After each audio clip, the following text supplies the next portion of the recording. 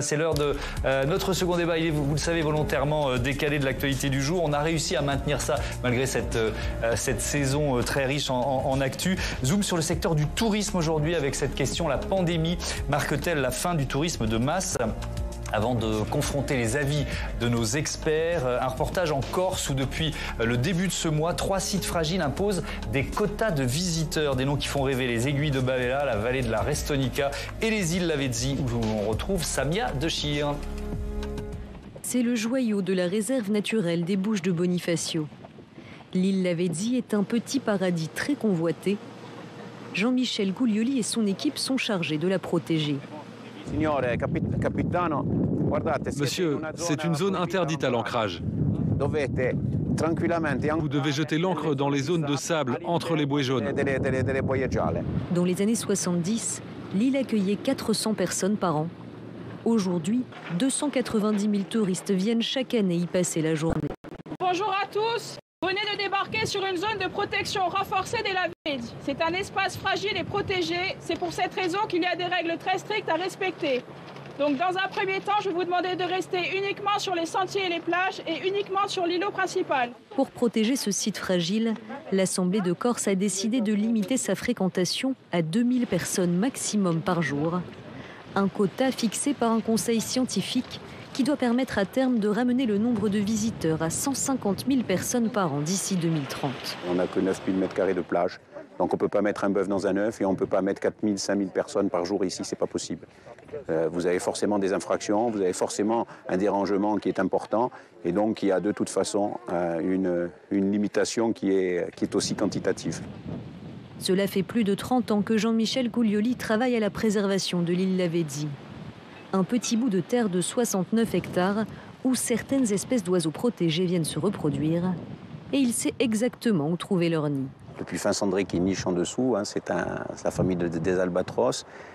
C'est la plus grande colonie de Méditerranée occidentale. Ils viennent se reproduire sous ces rochers. Ils ont besoin de tranquillité pour pouvoir assurer la couvaison et puis après l'élevage des jeunes. L'île Lavezzi abrite aussi des plantes uniques comme le Limonium lambidoni.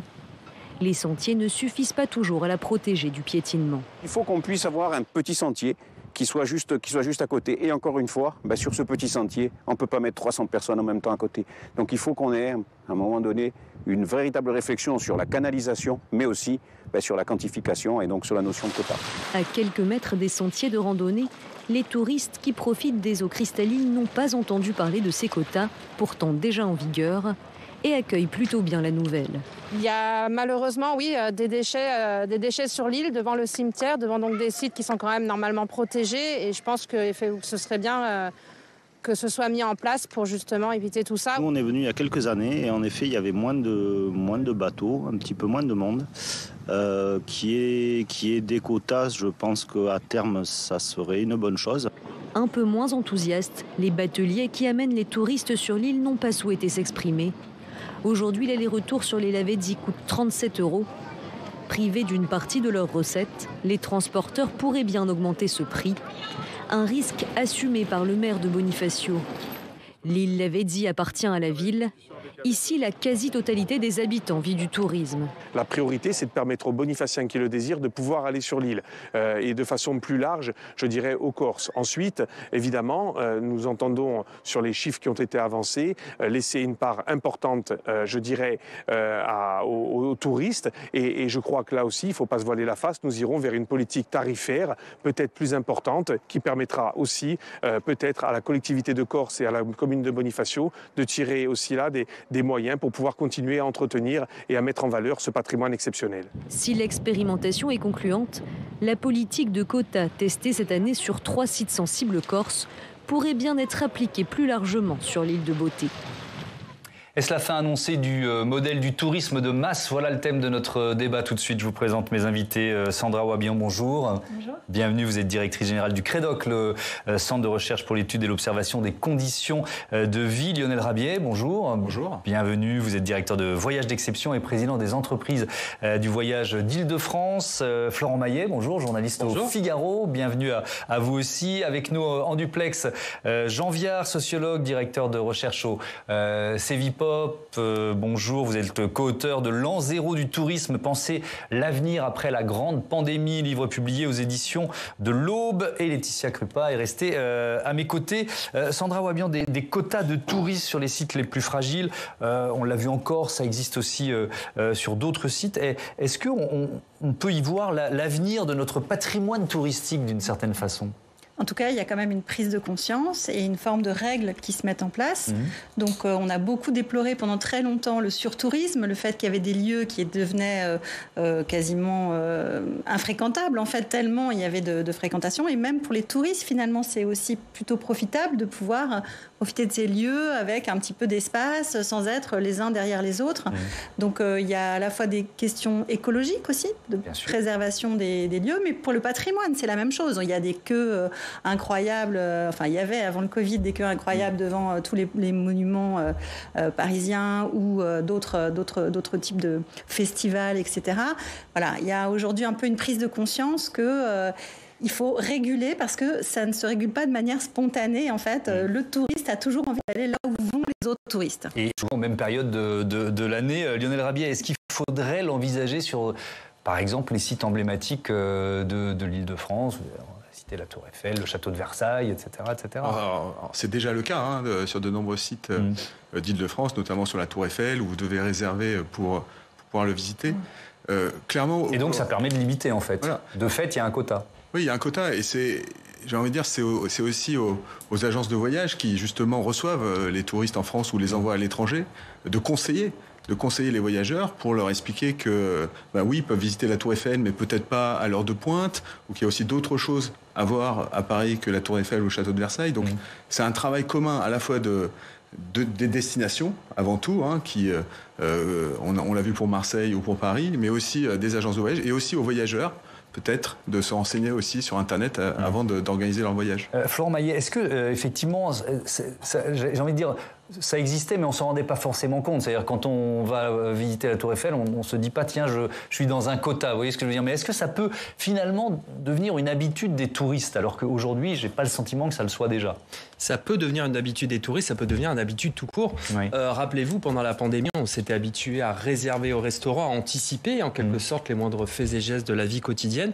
Il y a quand même un élément qui est important, qui me semble important de rappeler, c'est qu'on parle de réservation, mais on reste sur un schéma de gratuité, c'est-à-dire que ces sites restent entièrement gratuits. La seule différence, c'est qu'il faut s'organiser, s'enregistrer en général quelques jours avant, sachant qu'on prévoit toujours un petit battement dans les calanques qui gardent, je crois, quelques dizaines, quelques centaines de places jusqu'au jour J. Donc ça va, je pense, devenir une habitude et qui risque de faire tache d'huile. C'est-à-dire que beaucoup de sites, on a parlé de l'Île-de-France, on parle de l'exemple des calanques, on a vu la Corse également. C'est également le cas dans les Pyrénées où on peut envisager que c'est quelque chose qui va se développer. Oui. Alors les calanques, justement, aussi quelques images avec un système de réservation, réaction aussi de visiteurs interrogés par nos confrères de l'agence France Presse. Hier ou avant-hier, on a regardé sur le site, c'était déjà plein. Donc de toute façon, on comptait venir tôt. Et on s'est peut-être levé un petit peu plus tôt que d'habitude quand même pour être sûr de pouvoir en profiter. Mais comme on part de bonne heure, je pense qu'on dérange personne et qu'on perturbe pas le système, je pense. C'est ma femme qui a réservé il y a 3 jours les billets parce qu'on était au courant que maintenant c'était réglementé et que pour préserver la nature, il fallait réguler le flux qui est vraiment très intense l'été et voilà. Donc je trouve que c'est une très bonne chose. Il y a moins de monde, donc marcher c'est plus cool pour aller admirer la nature, la mer et puis moins de monde, c'est mieux. Et pour info, les contrevenants s'exposent à une amende de 68 €. Jean Viard, la France est l'un des rares pays au monde à recevoir plus de touristes qu'elle ne compte d'habitants. Je crois qu'il y a la Thaïlande, c'est ça aussi ? Et donc l'enjeu, c'est quoi ? C'est pas d'arrêter d'en accueillir, c'est de mieux les répartir sur notre territoire qui est riche de nombreux sites. Est-ce que vous diriez ça ? L'enjeu, c'est qu'on se remette à avoir une politique touristique, si vous voulez, parce qu'il y a un ministre du tourisme, on le mélange avec le petit commerce, etc. C'est pas ça l'enjeu. Il y avait 60 millions de touristes internationaux en 68. Il y en avait 1,5 milliard en 2019. Moi, mon rêve, c'est qu'il y en ait 3 milliards. Mon rêve, c'est que les hommes aillent voir les hommes, qu'ils se visitent les uns les autres, etc. Même si je vois les problèmes écologiques, mais bon. Et le problème, c'est qu'il faut réguler ce flux. Et il y a 2 façons de le réguler, soit par le prix. D'ailleurs, le maire de Bonifacio le disait clairement, comme c'est déjà le cas du ski. Et le ski, ça va augmenter parce qu'il y aura de moins en moins de stations. Donc c'est déjà hors de prix, mais ça va être intouchable. Soit par le numérique. Donc soit on construit, j'allais dire, un territoire numérique. Avant d'aller quelque part, vous allez taper, vous allez dire je veux aller là. On va vous dire attends, là tu sais, les restaurants sont bondés, tu pourras pas te garer et en plus tu pourras peut-être pas réserver pour aller à tel endroit. Mais si tu y vas la semaine d'après ou si tu vas à 15 km, il y a tout ce qu'il faut. Donc il faut construire la diffusion dans le temps et dans l'espace. Et c'est ça la grande question. Parce que tout le monde veut plus de touristes parce que ça fait du business. Faut dire les choses comme elles sont, c'est normal. C'est 8% du PIB, etc. À peu près 8%.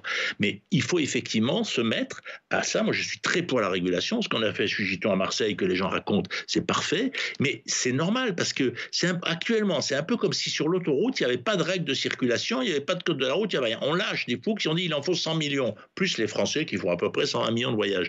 C'est pas raisonnable. Et donc, du coup, à un moment, on fait quoi? On classe par l'argent et on a un discours. Qu'est-ce que c'est le tourisme de masse? Pour plein de gens, c'est le tourisme populaire, vous savez. Moi, j'aime le tourisme populaire. Je ne suis pas du tout pour sa diminution. Ouais. Laetitia, vous vouliez intervenir. D'ailleurs, le tourisme populaire, la nouvelle ministre du tourisme, Olivia Grégoire, c'est la nouvelle ministre dans le gouvernement Borne 2, est allée dans un camping de la Grande Motte en Occitanie, là, la région qui reçoit le plus de touristes. Mais c'est vrai que Jean Viard a raison. Olivia Grégoire, elle est ministre déléguée chargée des petites et moyennes entreprises, du commerce, de l'artisanat et du tourisme. Et quand on sait la particularité française de recevoir presque autant de touristes qu'il y a d'habitants, on peut s'interroger sur cette particularité, en tout cas dans les responsabilités d'Olivia Grégoire. Jean Viard, vous opinez du chef, vous êtes d'accord? Ah mais moi je pense que c'est un vrai problème, mais c'est pas qu'en France. Moi j'étais représentant à Bruxelles, si vous voulez, sur ces sujets. Il faut qu'à un moment on pense cette immense population qui circule et aussi pour faire partir les autres. Parce que les jeunes de banlieue ne partent pas en vacances. La démocratisation des vacances, comment on trouve qu'il y a trop de monde? On freine la démocratisation. Mais vous savez, un jeune qui n'est pas parti, il ne sera pas voyageur plus tard. Et qu'est-ce qu'il va faire à tourner dans sa cité tout l'été? Après, on dit oui, ils sont dans des univers religieux, etc. Oui, d'accord, mais ici, ils allaient à la mer, s'ils partaient en Turquie. Donc, si vous voulez, à un moment, être exclu des vacances. Et vous savez, le souvenir de vacances, c'est le premier souvenir que les gens vous donnent. Quand vous demandez à quelqu'un quel est ton meilleur souvenir l'année dernière, vous êtes sûr de tomber sur un souvenir de vacances. C'est ça qu'il faut comprendre. C'est cet immense désir des vacances, alors qu'on le gère par la petite boutique. Oui. Alors, et c'est un sacré défi parce que continuer de démocratiser les vacances tout en préservant la planète, c'est pas si simple. On va y venir, mais Sandra Wabian, peut-être une question un peu plus d'actualité liée à la baisse du pouvoir d'achat. Est-ce qu'on doit...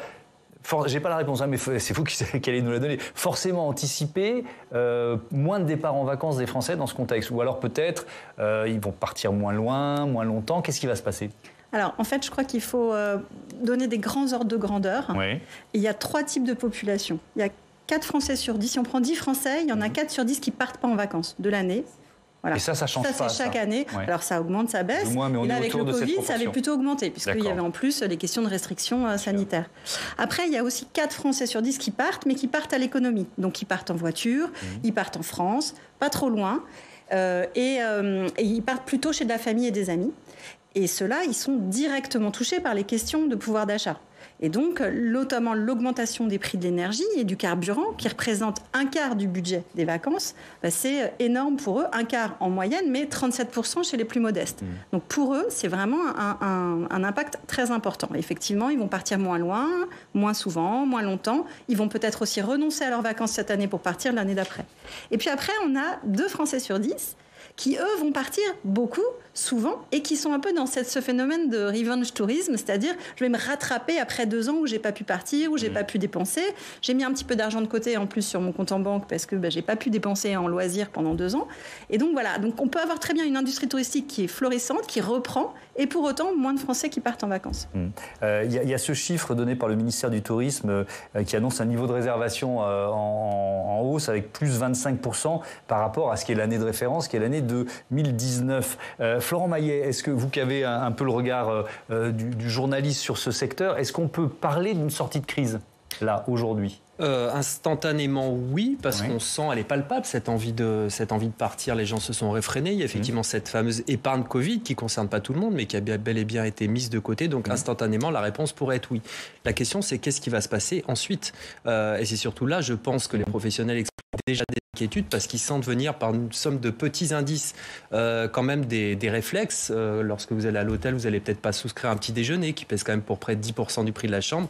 Vous allez vous contenter d'un café. Donc il y a toute une série de petits comportements comme ça qui commencent à traduire une méfiance et la potentielle crise économique qui devrait suivre à la rentrée, peut-être, on ne sait pas encore, aurait dans ce cas-là des effets, au contraire, de réfréner la dépense de loisirs qui ne céderait pas aux dépenses d'énergie ou d'alimentation. Lionel Rabier, vous l'anticipez ça?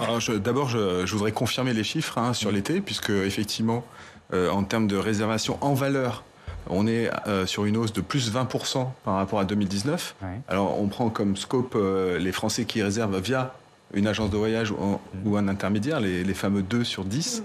En volume, on est sur des niveaux équivalents à 2019. Donc ça veut dire quoi? Ça veut dire que il y a un phénomène d'inflation. Et toute personne qui veut réserver un billet d'avion en ce moment s'en rend bien compte. Et puis il y a aussi peut-être pour cette catégorie privilégiée de Français qui voyagent l'envie de dépenser un peu plus qu'avant. Parce qu'ils ont épargné certains pendant le Covid. Et donc, on voit les paniers moyens qui ont augmenté d'environ 20% par rapport à 2019. Mais si on parle des touristes étrangers, si on regarde les chiffres, la France est la première destination mondiale en nombre de visiteurs. Là aussi, c'est le ministère du Tourisme qui fournit ces chiffres. 90 millions, mais la troisième seulement en recettes, 58 milliards d'euros. Est-ce que ça veut dire que les touristes étrangers dépensent moins en France que dans d'autres pays? Oui. Alors ça, c'est un chiffre qui a toujours été ainsi. La France a toujours eu le record mondial en termes de nombre de visiteurs, mais pas du tout en termes de chiffre d'affaires. Mais comment ça s'explique? C'est les États-Unis qui sont de très loin d'ailleurs le pays numéro 1. Tout simplement parce que parmi les fameux 80 millions de Français, il y en a beaucoup d'étrangers qui viennent en France. Il y en a certains qui ne font que passer. Par exemple, pour aller beaucoup d'Européens du Nord qui vont en Espagne ou en Italie, vont passer une nuit en France.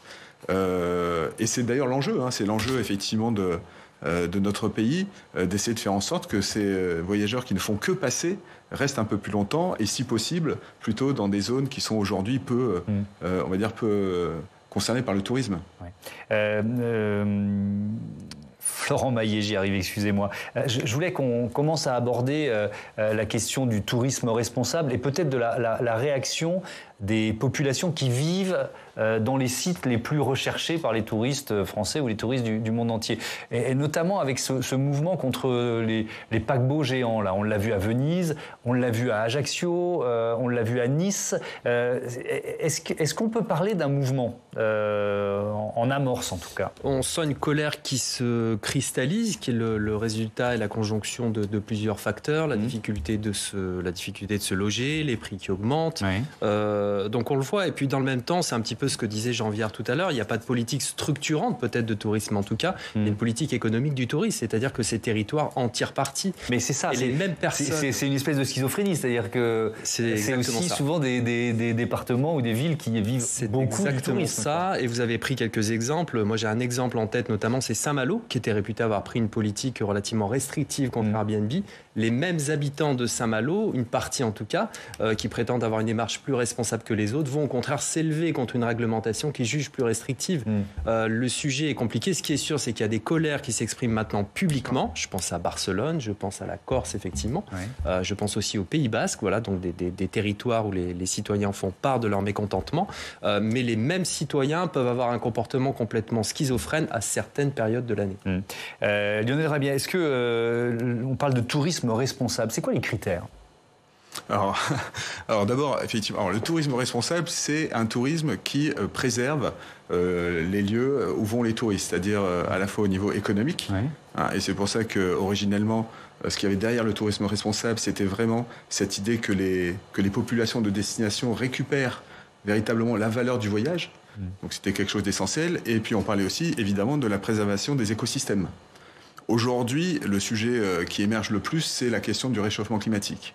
Donc c'est le sujet où il y a beaucoup d'articles, Shift Project, Greenpeace, qui alertent sur l'impact carbone, notamment des voyages longue distance. Donc voilà, c'est toutes ces choses-là, mais c'est vrai que le sujet le plus brûlant aujourd'hui, si vous me permettez ce terme, c'est celui du de l'impact sur le réchauffement climatique. Jean Viard, est-ce que ce tourisme responsable, il est compatible avec les vacances pour tous? Et moi, je vous rejoins quand vous dites j'ai envie que les humains continuent de se rencontrer et de partager, mais comment on tient ces deux objectifs qui semblent, sur le papier, là, spontanément, un peu incompatibles? Non, mais vous savez, c'est... Pour n'importe quelle activité humaine, il y a un effet négatif. C'est la fabrication de voitures, tout ce que vous voulez. Pas plus de tourisme. Je considère que le tourisme est aussi important que la fabrication des objets, si vous voulez. Donc, il faut faire attention. Pourquoi particulièrement critiquer le tourisme là-dessus? Après, effectivement, plus on démocratise, mais le monde est immense. Il y a plein d'endroits où il n'y a personne. Si vous voulez, c'est pas comme si toute la planète était couverte partout d'une foule de touristes. Même moi qui vais en vacances en Bretagne, je vous assure que souvent, le matin, je vais me baigner tout nu parce qu'il n'y a personne sur une plage de 5 km. Donc, il faut faire... Je reconnais que la mer est un peu plus fraîche qu'en Méditerranée. Mais enfin, c'est pour dire, il faut faire attention. Il y a des lieux d'hyperdensité parce qu'y compris, on n'a pas fait très attention. Mais vous voyez, Barcelone, moi j'ai travaillé avec eux. Ils ont été élus contre le surtourisme. Maintenant, qu'est-ce qu'ils font? Ils ont analysé les flux. Et ils se sont rendus compte qu'il y a des gens qui viennent à la journée sur les Ramblas pour manger des campings, donc ils les mettent d'un côté. Il y a les gens qui viennent dans les hôtels, qui souvent reviennent plusieurs fois, notamment le tourisme d'affaires qui est très important. Ils leur ont fait d'autres objectifs de visite, d'autres restaurants pour pas qu'ils aient sur les Ramblas, etc. Ils ont diffusé les flux. C'est exactement le travail qu'il faut qu'on fasse à plein d'endroits. On ne peut pas laisser une foule se libérer sans une organisation. C'est ça qu'il faut dire. Alors il y en a plein, regardez, on a déjà fait énormément de choses depuis 20 ou 30 ans. La Pointe du Raz, on a fait reculer les voitures, etc. Je ne dis pas qu'on n'a rien fait, ça serait faux. Mais si vous voulez, on ne peut pas d'un côté dire on veut 100 millions de touristes et faire partir plus les Français, deux objectifs que je partage, et dire ça va se passer comme ça. C'est pas possible. Voilà. Mais moi, je crois que c'est pas ingérable. Vous voyez, par exemple, qui est-ce qui va visiter la basilique de Saint-Denis à Paris, alors qu'il y a plein de monde à Notre-Dame de Paris? Et le problème du tourisme, c'est qu'il vient une première fois. Il fait des tourismes internationaux, au fond, il vient une première fois. Bon, on lui connaît Paris, la Côte d'Azur et la Savoie, en gros. La question, c'est que c'est à ce moment-là qu'il faut prévoir son voyage d'après. Qu'est-ce qu'on va lui donner comme envie de voir? Les châteaux de la Loire, des lieux qu'il ne connaît pas. Vous voyez, donc un touriste, ça se construit dans la durée. Il faut lui offrir des choses nouvelles pour qu'il rêve de revenir ailleurs, etc. C'est cet énorme travail qu'on a à faire. Mais si on veut générer 8% du PIB ou plus, et que c'est un énorme champ, parce qu'il y a beaucoup de jeunes qui travaillent dans le tourisme, donc c'est là qu'ils apprennent à servir, etc., il faut effectivement mettre des moyens, une politique, des centres de recherche, etc. Rien de tout ça n'existe.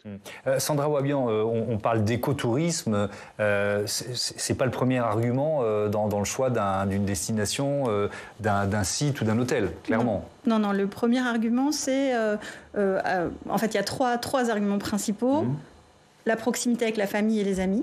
Donc, pouvoir passer du temps avec ses proches, en fait. Le prix. Le prix, c'est ce que j'allais vous dire. Moi, je l'aurais cité en premier, vous voyez, mais bon, très bien. Bon, les deux sont liés aussi, oui, voilà. Et puis le confort du lieu. Et après, il va y avoir tout un tas de bonus, si je puis dire. Est-ce qu'on va pouvoir faire des découvertes locales, gastronomiques, culturelles? Par exemple, les vacances, je rejoins Jean Viard, c'est un des moments où les gens découvrent la culture. Il y a beaucoup de gens qui ne font qu'une visite de patrimoine dans l'année. Et c'est pendant les vacances, en fait, qu'ils vont aller voir le château, l'église, etc. Donc, il y a une forme d'ouverture aussi un petit peu sur le monde, même si, bon, bien sûr, il y a encore de l'entre-soi en vacances. C'est pas, toutes les frontières ne tombent pas. Mais néanmoins, il y a quand même un peu de découverte. Et puis, depuis quelques années, il y a aussi une progression de tout ce qui est loisirs nature, en fait. L'envie de se rapprocher de la nature, de faire de la randonnée. Ce sont aussi des loisirs qui ne coûtent pas très cher, qui sont accessibles. Et puis, il y a eu une grande frustration pendant le Covid. Donc, aujourd'hui, il y a des territoires un petit peu plus ruraux, un peu plus montagneux, qui attirent un petit peu plus qu'avant. Alors, on n'a pas changé les proportions, c'est toujours la mer en premier, mais il y a un petit peu plus d'intérêt pour ces territoires. La question, c'est comment changer les habitudes. On entend ce que dit Jean Viard. Est-ce que c'est la responsabilité des tours opérateurs? Est-ce que c'est la responsabilité des localités, de la communication aussi de certains sites? Comment faire pour effectivement essayer de plus mélanger les touristes et de faire venir les touristes à Saint-Denis? Oui. Ça, c'est la question. C'est peut-être à la dimension d'un État, d'un département que ces décisions peuvent se prendre? C'est compliqué, mais j'ai un chiffre en tête. Je parle sous votre contrôle, Jean Viard. Il me semble qu'au niveau mondial, il y a 95% du tourisme qui se concentre sur 5% des territoires. Ça résume quand même, je pense, si ce chiffre est vraiment exact, mais je pense qu'en proportion, ne doit pas être très, très la réalité. Je pense que ce chiffre montre à quel point les gens ont envie de découvrir certains endroits. Parce que c'est ceux-là qui sont les plus publicisés, c'est-à-dire que si on portait à leur connaissance d'autres endroits, peut-être avec un tarif peut-être plus attractif, il y aurait davantage de mélange. Donc à qui incombe cette responsabilité? Rappelez-vous, aussi, une question d'imaginaire autour Il y a tout un travail de marketing des lieux, en fait, pour montrer les avantages, qu'est-ce qu'on peut y faire. Quelque part, il faut Instagrammer les destinations. Donc, à qui incombe la responsabilité de mettre en valeur Je ne me prononcerai pas. En revanche, ce qui est sûr, c'est que, rappelez-vous, il y a un peu moins d'un an, il y avait ce qu'on appelait les premières campagnes de démarketing. C'est-à-dire que, paradoxalement, le parc national des Calanques, par exemple, communiquait sur des images qui étaient censées ne pas donner envie. Voilà, ça, c'était il y a à peine un an. Au Pays Basque, également, on ne communique plus sur les destinations déjà très connues, que je ne citerai donc pas. Mais en revanche, ils communiquaient sur l'arrière-pays. Voilà, l'idée, c'était venez au Pays Basque. En revanche, allez plutôt visiter l'arrière-pays. Donc, ce qui est intéressant, c'est est-ce que ça peut s'équilibrer tout seul? C'est-à-dire que le Pays Basque, c'est vrai que moi, j'adore cette région, mais j'y retourne plus au début du mois d'août parce que c'est plus possible.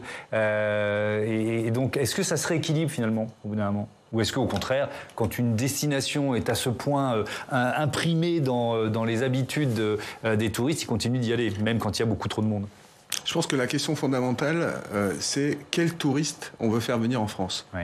Si on communique, comme on l'a fait beaucoup, vers une clientèle internationale, vers les Chinois, vers les Américains, on ne pourra jamais leur dire « venez à Paris, mais surtout ne venez pas visiter la Tour Eiffel ou Montmartre ». Bien sûr. En revanche, si effectivement, et je crois que c'est un peu la politique qui veut être développée au niveau national, on s'intéresse plus à une clientèle européenne, là c'est possible de leur dire « bon, l'année dernière vous êtes monté en haut de la Tour Eiffel, cette année allez visiter les châteaux de la Loire ou allez au Pays Basque ». Donc, moi, je pense qu'effectivement, le gouvernement, l'État, avec toutes les instances touristiques, a un grand rôle à jouer en termes de marketing de la destination. Mais on n'enlèvera jamais le rêve à un Chinois ou à un Japonais d'aller visiter la Tour Eiffel. Je reviens à la question originelle de Thomas. Vous aviez commencé l'émission en parlant des fameux quotas. Peut-être que l'avenir repose sur ce quota poussé au bout. Je rappelle, j'avais dit que c'était gratuit. Pour l'instant, on ne paye pas pour visiter ces sites. En revanche, on peut très bien imaginer, pourquoi pas, de pousser cette logique des quotas. Imaginez, Thomas, vous avez le droit 2 fois dans votre vie de visiter la Tour Eiffel. Et pourquoi pas Vous avez la ville de Venise qui vient de mettre en place une taxe. Alors, je me souviens plus du montant, c'est 4 ou 5 euros. C'est-à-dire que pour pouvoir visiter Venise, vous devez payer cette taxe. Alors, Venise a effectivement une discrimination, c'est-à-dire qu'ils considèrent que c'est les touristes d'un jour qui portent préjudice à la Sérénissime, mais c'est ceux-là qui ciblent. Mais donc, on assiste bien à une segmentation, à viser certaines populations, ce qui rejoint un petit peu ce que vous dites. Jean Viard, il y a un mouvement de fond qui est le mouvement de la société du temps libre. Je pense que vous avez en tête, il y a ces chiffres, vous avez comparé les heures de travail dans nos vies sous Napoléon et aujourd'hui, ça donne quoi? Sous Napoléon, on travaillait 70% de sa vie éveillée, aujourd'hui un peu moins de 20%. Oui, ces chiffres-là, si vous voulez. Ça veut dire qu'on est dans une société du temps libre. En gros, l'essentiel de nos liens ne sont plus dans le moment du travail, c'est à l'extérieur. Et je dirais la qualité des temps libres fait la qualité du travail. On pourrait le dire comme ça. En gros, quand vous avez fini de dormir, vous dormez 200 000 heures, vous travaillez 70 000 heures, vous avez fait 30 000 heures d'études si vous avez un peu plus que le bac. Quand vous avez fini de dormir, de travailler, d'étudier, vous avez consommé 300 000 heures de votre vie. Il vous reste 400 000 heures pour faire autre chose. C'est ça la civilisation moderne. Alors ça a récupéré les mouvements religieux, tout ça, c'est-à-dire tous les autres temps libres qui existaient avant, les manifestations, chacun avait ses systèmes, mais c'est très important. Mais moi je veux rajouter une autre idée à nos réflexions. C'est justement sur le temps qu'il faut beaucoup travailler. Prenez une mesure simple. On décide que tous les parents ont le droit d'enlever leurs enfants 1 semaine de l'école, en plus des vacances scolaires. Parce qu'après tout, ils ont la grippe, ils ne viennent pas pendant 8 jours. Vous vous rendez compte, l'effet, si vous dites ça, et si vous dites d'un coup, si vous voulez emmener votre gamin à Venise ou autre, emmenez-le plutôt en novembre, quand il n'y a personne, qu'il n'y a pas de vacances. Parce que les vacances scolaires sont un gros cadreur. Mais en France, surtout ça, on a extrêmement peur. Il faut dire, oui, libérons si les parents... Vous allez en voyage d'affaires, je ne sais pas où, moi, à Marrakech, pas à Marrakech, il n'y a pas de voyage d'affaires, mais à l'étranger. Pour autant emmener ses enfants et sa famille, et puis partir 1 semaine. Et je veux dire, il faut inventer dans le temps, il faut enlever les cliquets sur le temps, comme on parle de l'espace, il y a beaucoup de choses à faire sur ces choses-là. On peut faire s'effondrer les prix des locations en septembre. Et puis une dernière remarque, il y a de plus en plus de gens qui habitent dans des régions de vacances. Paris-Plage, c'est 400 000 personnes, je crois, si je ne me trompe pas sur le chiffre, dont 200 000 qui ne partiront pas en vacances. Les villes de littoraux sont de plus en plus peuplées. Regardez ce qui se passe à Marseille, tout ça. On a fait des plages partout, etc. Il n'y a pas qu'à Marseille. Il y a de plus en plus de Français qui, pendant leurs vacances, ont des pratiques de vacances tous les jours. Ils vont à la plage, le soir, ils mangent une pizza avec un verre de rosé, etc. Et puis le soir, ils viennent dormir chez eux. On ne mesure que l'hébergement. Or, à mon avis, c'est une grosse erreur parce que ce qui compte, c'est les pratiques de vacances pour effectivement casser le rythme de l'année. C'est pas forcément d'aller dormir ailleurs. Avec une nouveauté, Sandra Wabian, qui est ce que les Québécois, je crois que c'est les Québécois qui ont inventé le mot, les tracances. Et alors, c'est une conséquence du télétravail, évidemment. On travaille sur son lieu de vacances, c'est ça l'idée? Oui, alors c'est une conséquence du télétravail. C'est aussi en lien avec les questions écologiques, c'est-à-dire on essaye de limiter les déplacements. Et puis c'est aussi une conséquence de la période Covid où du coup on s'est habitué à d'autres rythmes. Et notamment ce qu'on voit, mais c'était antérieur au Covid, c'est qu'il y a une progression du parc de résidences secondaires. Et on voit qu'il y a un lien très net dans les études au Crédoc entre le télétravail et la résidence secondaire. Plus on a de résidences secondaires, plus on télétravaille et inversement. Et donc il y a vraiment ce phénomène où on va un petit peu rallonger finalement le week-end en travaillant 1 ou 2 jours dans sa résidence secondaire, parce qu'en fait ce sont un peu les mêmes publics qui sont, pour caricaturer, plutôt aisés, plutôt cadres, et qui ont donc accès aussi au télétravail et à la résidence secondaire, puisqu'on est sur une petite partie de la population. On a bien compris. Je voudrais ouvrir un dernier chapitre dans ce débat qui est à la fois conjoncturel et structurel, puisque c'est la question de la pénurie de main-d'œuvre. Et je propose à Quentin Calmet de nous rejoindre. Et on va revenir, pour commencer, rebonsoir Quentin, sur cette grande pagaille dans les aéroports parisiens au tout début de ce mois. Voilà, ça s'est vu tout début du mois de juillet, notamment beaucoup à Roissy, Charles de Gaulle, des dizaines de vols annulés suite à une grève portant sur les salaires et les conditions de travail. Les salariés mobilisés qui dénonçaient les bas salaires alors que le groupe ADP fait de nouveau des profits. Ils dénoncent également le manque d'effectifs. Ils l'ont fait notamment dans un tweet que je voulais vous montrer. C'est la CGT de Roissy qui a ainsi tweeté: les patrons de l'aérien ont supprimé plus de 10 000 emplois CDI à Charles de Gaulle depuis 2020. Leur projet, faire transiter le trafic passager de l'été 2019, mais avec 10 000 travailleurs en moins. Alors, le mouvement social s'est arrêté au bout de 6 jours, in extremis avant les grands pics d'affluence, avant les départs dans les aéroports parisiens. Les salariés parisiens qui ont obtenu 3% d'augmentation de salaire pour tout le monde. Et puis, on a vu ces images assez impressionnantes de milliers de bagages en attente de leurs propriétaires. Exactement, des dizaines de milliers de bagages se sont retrouvés en souffrance à Roissy, Charles de Gaulle, après la grève. C'est une raison mécanique au fait qu'il n'y avait personne pour s'en occuper pendant plusieurs heures. Certains sont toujours, Thomas, en déshérence 12 jours plus tard. Tous reviendront à leurs propriétaires d'ici mercredi soir, a garanti la direction d'aéroports de Paris. Écoutez, le PDG, c'était ce matin sur RMC. Je le dis, lorsque il y a risque d'apocalypse, je le dis, il n'y a pas de risque d'apocalypse cet été.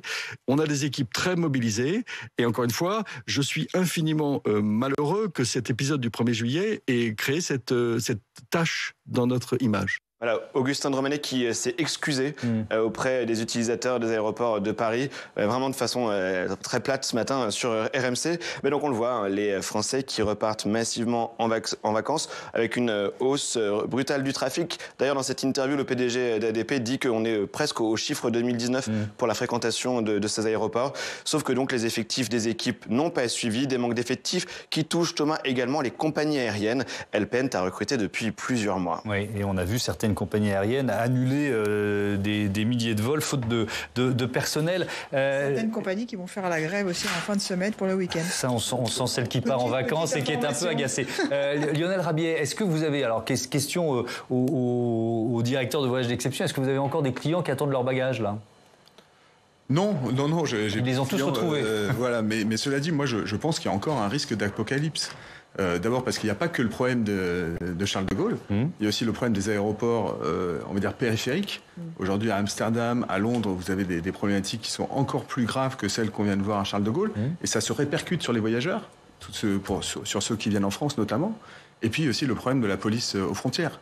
On parle aujourd'hui de temps d'attente pour les étrangers qui viennent en France de plus de 3 heures à la police aux frontières pour pouvoir passer toutes ces étapes. Et c'est lié à quoi ? C'est une pénurie de personnel aussi ? Une pénurie de personnel. Le système Paraf aujourd'hui, on l'a tous vu, qui est en panne une fois sur deux. Oui. Ça, c'est le système automatique. Pour donc moi, j'ai entendu ce matin Monsieur de Romanet, j'étais heureux d'apprendre que tout allait bien se passer, mais je pense qu'il faudra qu'on fasse le bilan à la fin de l'été. Et selon moi, il faut quand même que les voyageurs viennent bien en avance à l'aéroport, s'enregistrent évidemment de chez eux quand ils le peuvent et prennent toutes les précautions possibles. Florent Maillet, pourquoi cette pénurie de personnel? Si on commence par le cas d'ADP, par exemple, d'Aéroports de Paris, il y a eu un manque d'anticipation de la reprise. C'est quoi l'explication? Il y a un phénomène structurel, je pense que vous pourrez confirmer, mais personne ne s'attendait à une reprise aussi rapide. Donc il y a déjà ce premier phénomène avec une demande qui a cru de manière extrêmement importante. Et en parallèle, il y a quand même tout un tas de procédures pour former les personnels, notamment dans les aéroports. C'est des procédures relativement longues, des systèmes d'habilitation également. On est quand même sur une matière sensible. Donc voilà, c'est une addition de phénomènes qui pour arriver à ce résultat. Et moi, je rejoins Lionel Rabier. Je pense que le risque de catastrophe existe bel et bien. On est sur des populations qui payent des billets extrêmement chers, qui se retrouvent avec des suppléments bagages qui ne sont pas forcément comprises dans les compagnies, avec le développement de politiques commerciales qui brouillent complètement les repères habituels. Donc il y a un vrai risque cet été et des bagarres, puisque l'affaire avait commencé à l'aéroport d'Amsterdam, si je me rappelle bien, avec des bagarres. Donc Amsterdam qui n'est pas réputée être la destination la moins calme. Voilà, donc ça... Des bagarres entre qui et qui, je me souviens peut-être. Des bagarres, c'était tout simplement des voyageurs. Pour pouvoir accéder aux avions, parce qu'il y avait eu des vols annulés, c'est ça? Et puis un accès à l'aéroport qui est compliqué. Aujourd'hui, vous pouvez arriver à l'aéroport si vous prenez un taxi, alors si vous en trouvez un, et vous arrivez à l'entrée de l'aéroport et il faut 45 minutes pour que le taxi arrive jusqu'au terminal. Donc tout ça est source de stress, évidemment, et c'est vrai qu'après cette période où les Français ceux qui ont la chance de pouvoir voyager à l'étranger ne l'ont pas fait, c'est un peu triste finalement qu'ils se retrouvent confrontés à ces difficultés. C'est assez symptomatique des risques, je pense. Mais c'est pas que la France. Il faut dire les choses. C'est pas que la France. Vraiment toute l'Europe qui est concernée et c'est des problématiques de fond, effectivement, le maintien de l'emploi dans ces professions. Effectivement, je vais donner un chiffre, pardon de vous interrompre. C'est le baromètre besoin de main-d'œuvre de Pôle emploi qui donne ces chiffres. 360 000 postes à pourvoir dans le secteur du tourisme, dont 50% de saisonniers. Tiens, on va vous donner un exemple avec l'extrait d'un reportage réalisé par Cécile Sixou. C'était à Lacano, le camping, un des campings de Lacano. Regardez. T'as des profils Très peu. Très peu. Et il faudrait peut-être quelqu'un avec un peu plus d'expérience pour pouvoir nous épauler sur l'arrière-saison. C'est pas évident sur ce service parce que c'est un service malgré tout assez exigeant, qui demande pas mal d'expérience. On a jusqu'à 2300 vacanciers chaque année, avec des chassés-croisés importants l'été, le samedi, le dimanche, le mercredi. Et donc du coup, ça nécessite des personnes qui ont déjà une première expérience. Je pense qu'on va réduire clairement nos critères de recherche pour pouvoir peut-être déjà donner la chance à une nouvelle personne qui découvrirait le métier. Impossible en revanche de donner sa chance sur des postes comme ceux des maîtres nageurs ou d'animateurs qui nécessitent des diplômes. On a enfin recruté notre dernière personne. Super. Donc, notre équipe est complète. Le fille ou garçon? C'est un garçon. Pour le BAFA, c'est ça? Ouais. C'est un poste au mini-club. C'est une personne avec le BAFA, donc du coup ça vient parfaitement bien compléter l'équipe de 12 animateurs qu'on aura cette année. C'est pas mal, hein? Ouais. Pour la responsable du service qui fait passer les entretiens, le Covid a eu un impact. Les jeunes refusent des conditions de travail trop difficiles. On est quand même sur un métier touristique, donc avec une charge de travail qui est compensée, qui est intense. Ça dure 2 mois et tout se passe sur ces 2 mois-là. Donc c'est vrai que c'est quand même... Ça demande beaucoup d'énergie et je pense qu'effectivement avec le Covid il y a eu une prise de conscience et beaucoup de jeunes ont envie peut-être d'un peu plus profiter de leur été ou de faire un peu moins d'heures tout en ayant le même salaire par contre. Sandra Wabian, pourquoi ce secteur est le plus impacté ou l'un des plus impactés par la pénurie de main-d'œuvre qui est quand même assez générale, hein? Il y a beaucoup de secteurs touchés. Alors déjà, effectivement, il y a une reprise de l'emploi. Donc en fait, le salarié est un petit peu plus en position de force. Il va plutôt aller vers les emplois où il y a des conditions de travail qui sont les plus favorables. Or, dans le secteur du tourisme et de l'hôtellerie-restauration, il y a énormément de turnover. Il y a un tiers à peu près des salariés qui sont renouvelés chaque année. Donc du coup, ce qui s'est passé, c'est que pendant la période Covid, les nouveaux entrants ne sont pas entrés en fait. C'est-à-dire qu'il y a eu un déficit de jeunes qui sont allés vers le tourisme, qui se sont formés. Et donc, à l'arrivée aujourd'hui, il y a moins de personnes qui sont en capacité de travailler.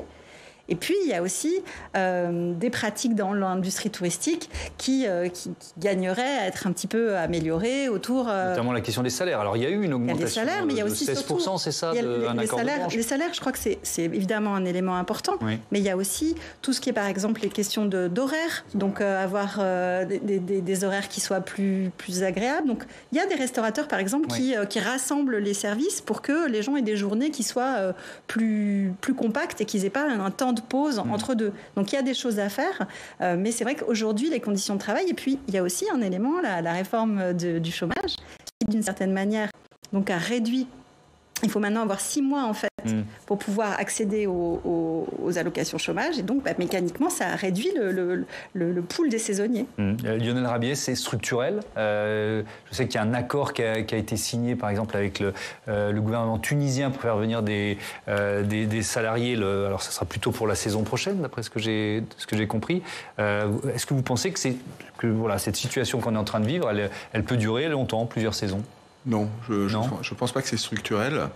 C'est vrai que le métier du voyage, du tourisme a un peu été pris de court parce que pendant 2 ans, effectivement, on a dû mettre nos personnels au chômage partiel. On a eu une fuite vraiment du personnel et cette reprise assez rapide n'a pas permis finalement de remettre en route la machine employée. Après, ça reste des métiers qui doivent être repensés pour être plus attractifs. C'est des métiers qui doivent être aussi revalorisés. Et donc aujourd'hui, si je prends ma casquette entreprise du voyage, on va proposer dans notre secteur des augmentations importantes des minima conventionnels. Donc je pense qu'à long terme, il n'y a rien qui peut gêner la reprise de l'emploi. Simplement, effectivement, c'est à nous, en tant qu'employeurs, d'apporter des conditions de travail qui correspondent aux attentes des jeunes d'aujourd'hui et des moins jeunes. On va terminer là-dessus. Merci beaucoup. Merci à tous d'avoir participé à ce débat ici en plateau. Et vous aussi, Jean Vierge, je vais reciter votre livre « L'an zéro du tourisme, penser l'avenir après la grande pandémie » publié aux éditions de l'Aube.